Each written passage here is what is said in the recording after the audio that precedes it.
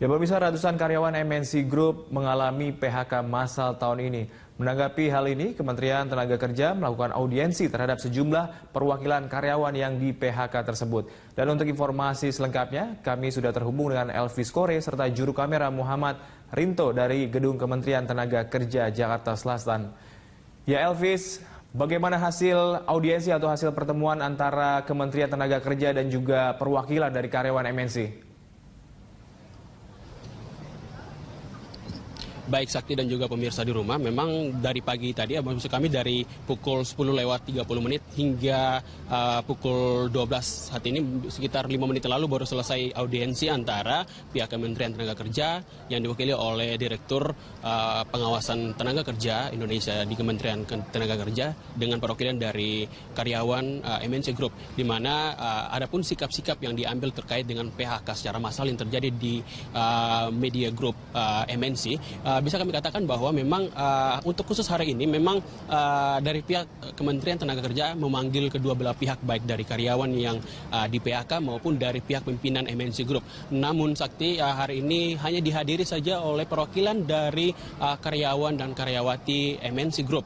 Namun dari pihak pimpinan MNC Group tidak hadir, dan dari pihak Kementerian Tenaga Kerja sendiri akan mengundang lagi, di mana akan dijadwalkan ulang pada tanggal 10 atau hari Senin minggu depan untuk memanggil kembali terkait dengan adanya PHK yang terjadi di MNC Group begitu Sakti, dengan PHK secara sepihak dan tidak sesuai prosedur. Di mana tadi kami sempat mengutip pernyataan dari Direktur Pengawasan Tenaga Kerja dari Bapak Bermawan, mengatakan bahwa mereka ingin mengetahui dari kedua belah pihak, khususnya dari pihak MNC Group yang telah melakukan pemberhentian secara sepihak dengan tanpa prosedur, dan memang ada pengeluhan dari ratusan karyawan MNC Group yang merasa bahwa mereka seharusnya menerima upah dari hasil yang mereka sudah kerja selama ini bergabung di MNC Group. Namun pihak dari Kementerian Tenaga Kerja masih belum memberikan statement secara mendalam, namun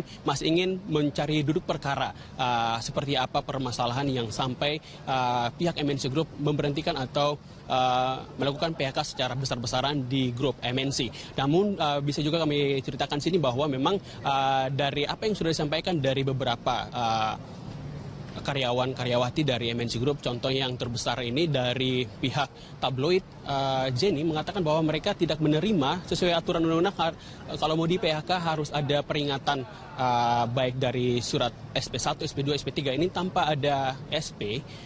Sudah langsung diberikan surat pemberhentian secara sepihak. Ini membuat mereka merasa bahwa hak mereka tidak terpenuhi. Namun dengan hal inilah membuat pihak Kementerian Tenaga Kerja mengundang kedua belah pihak, baik dari karyawan-karyawati MNC Group yang merasa dirinya di PHK secara sepihak dan pihak MNC Group yang telah memberikan surat pemberhentian secara sepihak. Sakti. Selain masalah upah, apa saja sebenarnya tuntutan dari para karyawan MNC Group ini? Ya, sebenarnya tidak ada persoalan. Tadi pihak karyawan mengatakan kalau mau PHK boleh saja, intinya sesuai prosedur. Di mana salah satunya, Sakti, memang kalau mau dilihat dari Undang-Undang Ketenagakerjaan nomor 13 tahun 2003 bahwa ada aturan ketika karyawan hendak diberhentikan, contohnya di atas 8 tahun harus dibayar gaji sebesar selama 9 bulan. Namun yang dirasakan oleh karyawan dan karyawati ini bahwa pemberhentian dengan total atau lama kerja di atas 8 tahun mereka menerima tidak sesuai, atau hanya kisaran terima 5 kali gaji saja atau 5 bulan gaji saja. Dan ini mereka mengatakan bahwa mereka mengabdi sudah cukup lama. Namun dari pihak MNC Group tidak memberikan pesangon atau uang ucapan terima kasih dan juga uang pemberhentian yang tidak sesuai prosedur. Namun dari langkah ini mereka meminta kepada pihak Kementerian Tenaga Kerja untuk melihat pemberlakuan atau melihat apakah benar Undang-Undang Ketenagakerjaan sudah dilakukan oleh pihak yang melakukan PHK tersendiri, khususnya di grup MNC. Dan mereka mengatakan bahwa kami siap menerima ketika pihak MNC Group telah melakukan semua aturan sesuai prosedur yang sudah ada, khususnya dari Undang-Undang Ketenagakerjaan. Untuk itu dari pihak kementerian sendiri akan melakukan tindakan tegas dan memberikan sanksi ketika pihak MNC Group dipanggil lagi pada tanggal 10 nanti pada hari Senin minggu depan, dan akan melihat duduk perkaranya seperti apa, dan kita akan melihat sikap dari pihak MNC Group dan juga dari pihak Kementerian Tenaga Kerja untuk melakukan sikap ke depan terkait dengan pemberhentian atau PHK secara besar-besaran di MNC Group. Demikian Sakti yang bisa kami laporkan. Keinformasi lainnya, pemirsa, Bareskrim Mabes Polri kembali memeriksa pengusaha Haritanu hari ini. Ini merupakan pemeriksaan pertama setelah dirinya ditetapkan sebagai tersangka kasus ancaman terhadap penyidik Kejaksaan Agung terkait kasus Mobile Aid. Sudah ada rekan kami Marsyalina Gita di markas Bareskrim Polri untuk melaporkan informasi selengkapnya. Gita, apakah Haritanu memenuhi panggilan Bareskrim? Sampai siang hari ini, Haritanu Sudibyo belum hadir di Dirtipid Cyber Bareskrim Mabes Polri untuk menjalani pemeriksaan perdananya sebagai tersangka. Pemeriksaan dijadwalkan sebenarnya berlangsung pada pukul 9 waktu Indonesia Barat. Namun pada saat kami mengkonfirmasi kepada kuasa hukum Haritanu, kuasa hukum melalui pesan singkatnya menyebut jika hari ini Haritanu tidak akan hadir dalam pemeriksaan perdananya dikarenakan tengah ada urusan mendadak sehingga tidak dapat ditinggalkan. Untuk itu, kuasa hukum meminta agar pemeriksaan perdananya ini dapat ditunda. Meski begitu, pihak Dirtipid Cyber Bareskrim Mabes Polri belum menerima konfirmasi resmi sehingga penyidik masih akan menunggu kedatangan Haritanu Sudibyo hingga sore hari nanti. Zilvia. Ya, kita bisa Anda review kembali apa sebetulnya kasus yang menjerat Haritanu hingga dirinya ini ditetapkan sebagai tersangka. Haritanu Sudibyo terjerat kasus SMS bernada ancaman kepada Kepala Subdirektorat Penyidik Tindak Pidana Korupsi Kejaksaan Agung Yulianto. Mabes Polri menyebut sudah memiliki alat-alat bukti yang kuat dan kasus ini tidak ada politisasi ataupun juga kriminalisasi sehingga dapat meningkatkan kasus ini dari penyelidikan menjadi penyidikan dan juga menetapkan Haritanu Sudibyo sebagai tersangka. Bahkan hal ini juga diyakini dengan gelar perkara yang sudah dilakukan oleh tim penyidik Bareskrim Mabes Polri dan sudah mendapatkan alat bukti SMS dan juga keterangan dari saksi maupun ahli. SMS ancaman ini diduga terkait dengan kasus dugaan korupsi restitusi pajak PT Mobile Aid Telekom. Penyidik Yulianto ini merupakan jaksa yang menangani kasus Mobile Aid pada tahun 2015-2016. Kasus Mobile Aid ini menyeret nama Haritanu Sudibyo karena Haritanu merupakan komisaris dari perusahaan tersebut. Namun kasus ini terhenti pada akhir 2016 karena putusan pra-peradilan meminta Kejaksaan Agung untuk menghentikan kasus Mobile Aid. Namun di beberapa waktu lalu pun juga Haritanu membantah jika kasus SMS dengan bernada ancaman ini ada kaitannya dengan kasus Mobile Aid. Kasus ini sebenarnya bermula pada awal Januari 2016 yang lalu, di mana Kepala Subdirektorat Penyidik Tindak Pidana Korupsi Kejaksaan Agung Yulianto mendapatkan 3 kali SMS ancaman, yakni pada tanggal 5, 7, dan 9 Januari 2016. Karena merasa dirinya mendapatkan ancaman, sehingga pada tanggal 28 Januari 2016, Yulianto pun melaporkan ke Mabes Polri. Dan pada tanggal 12 Juni 2017, Haritanu diperiksa untuk pertama kalinya di Dirtipid Cyber sebagai terlapor, dan pada 14 Juni 2017 penyidik pun juga memanggil Yulianto, dan pada tanggal 15 Juni 2017 Haritanu Sudibyo ditetapkan sebagai tersangka dan dikeluarkannya SPDP. Haritanu dijerat pada pasal 29 Undang-Undang ITE dengan ancaman pidana paling lama 4 tahun penjara. Tidak hanya itu, pihak kepolisian pun juga sudah mengajukan surat pencegahan kepada Haritanu Sudibyo untuk keluar negeri kepada Ditjen Imigrasi per tanggal 22 Juni 2017 hingga 20 hari ke depan. Zilvia. Marsyalina, kita melaporkan langsung dari Bareskrim Polri.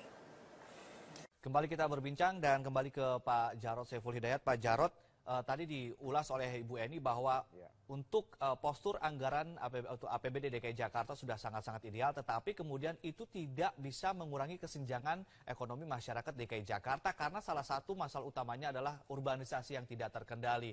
Banyak sekali gula-gula program-program yang dikeluarkan oleh DKI Jakarta sehingga itu menjadi gula dan daya tarik urbanisasi semakin tinggi. Apa yang kemudian ingin Anda ulas dari apa yang kemudian ulasan dari Bu Eni tadi? Ya, jadi benar tadi ya Bu Edi tadi ya. Oleh karena itu Provinsi DKI itu memberikan jaminan sosial itu bagi warga DKI. Bukan kita melakukan diskriminasi, tidak. Kalau ini kita berlakukan pada semua orang yang datang di Jakarta, maka justru urbanisasi ini semakin tidak terkendali. Maka kita fokus memberikan bantuan sosial itu kepada warga DKI.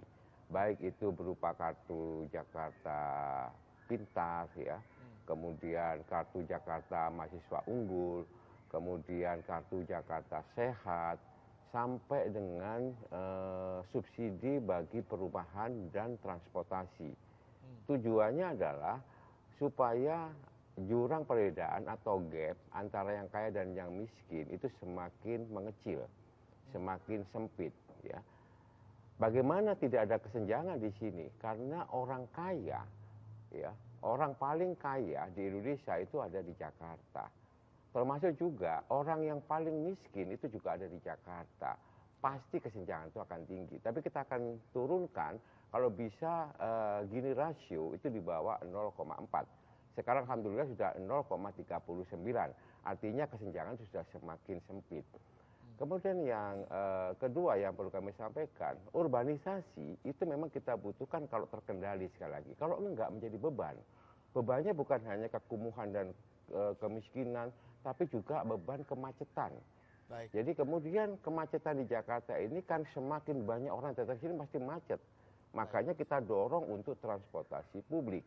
Ya, anggaran kita betul-betul berpihak kepada orang miskin, jelas itu, supaya kesenjangan itu semakin kecil di Jakarta. Gitu, Adi. Ya, kita ke Bu Eni. Bu Eni, tadi Anda ingin komentari, artinya pemerintah atau aparat Pemprov DKI Jakarta yang paling bawah itu kan RT dan RW. Apakah mereka punya tools yang standar untuk kemudian bisa menentukan ini bisa dapat KTP, ini bisa mendapatkan KJP dan segala macam? Apakah ada standar seperti itu sehingga...